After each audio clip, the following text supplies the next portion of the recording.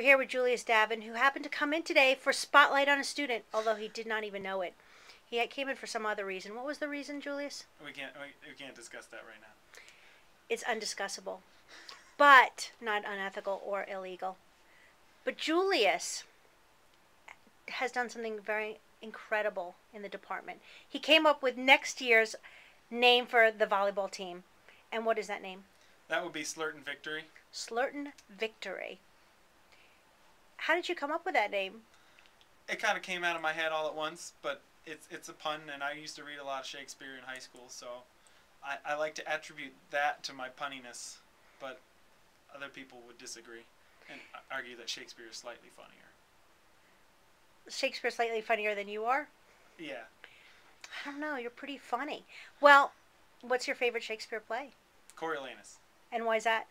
Because it's the most ridiculous story ever. You know, the guy turns traitor on his. He gets kicked out of the team he's on and goes to the other side 4 times, and each time he's whatever side he's on, always loses.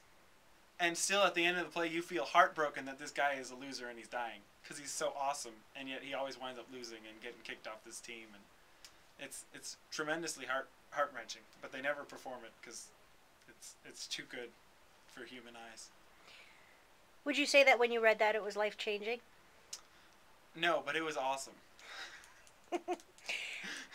Well, you know, Julius, I have to say that Midsummer's Night Dream is my favorite Shakespeare play. And they're always doing that one. That's right.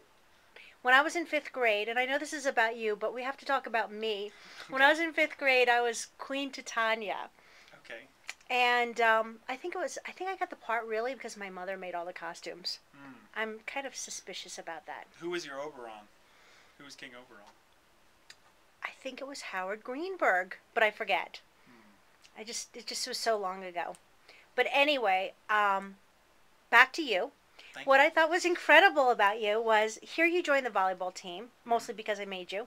Yeah, and I showed up on the wrong day at the wrong time, and somehow I didn't have a good enough alibi for that 8 p.m. time slot, so I was there. That happens to a lot of students. And so you had only played 1 year when? 6th grade, so roughly, I'm in, I think, 15th grade now, so roughly 7 years ago, or 8 if my math's not right, somewhere around there. If we had had a most improved trophy, you surely would have gotten it, because that last game, you were amazing. You were all over the place getting those. I mean, it was just amazing. It was team chemistry. The team bonded and formed together into one cohesive whole. It's a heck of a game. It brought tears to my eyes. Do you know that video has had over 100 views? Wow. I know. I haven't heard that yet. I'll have to go watch it and add mine. I think there's one comment. Great job. That says it all. I mean, what else can you add to that? So, Julius, we're wrapping up the spotlight on you, and we know you're an awesome volleyball player, Thank you. a lover of Shakespeare, and a Schreyer's Honor student, which means you're going to get your master's and your undergraduate degree all at once and go out into the world. It's going to be incredible. So, if I was an employer, what would you say to employers who might want to hire you? You can't hire character. The only thing that you can't train is character, and I got that. How would we know that? Just hang around. Hang around and see the kind of spirit you had when you're on that volleyball team, and Absolutely. You're part of SLER, and just have completely embraced your studies, haven't you? Yeah, I've also been reading this awesome book about Teddy Roosevelt. Did you know that by the time he was 42, he had read over 40,000 books? Wow. That's roughly 1.3 a day from the day he came out of the womb until he was elected president by McKinley dying. If you call 42,000 books. 40,000, yep. 40,000 books. In 4 languages, fluently. That's incredible. I know. It makes me feel bad that I can only read 6 a month. How did he stay in shape? I mean, just reading is so sedentary. He would read standing up. He would read if he was having, like, not a conference, but like one of those schmoozing things, get together, and everybody was boring, he would pull out a book. If you were really, really boring him, he would pull out a book and start reading. Gosh, I just know he'd pull out a No book shame. on me. I wonder what his favorite book was. I don't remember. I haven't gotten that far yet. He hasn't died, so they can't really tell me yet. But Wow.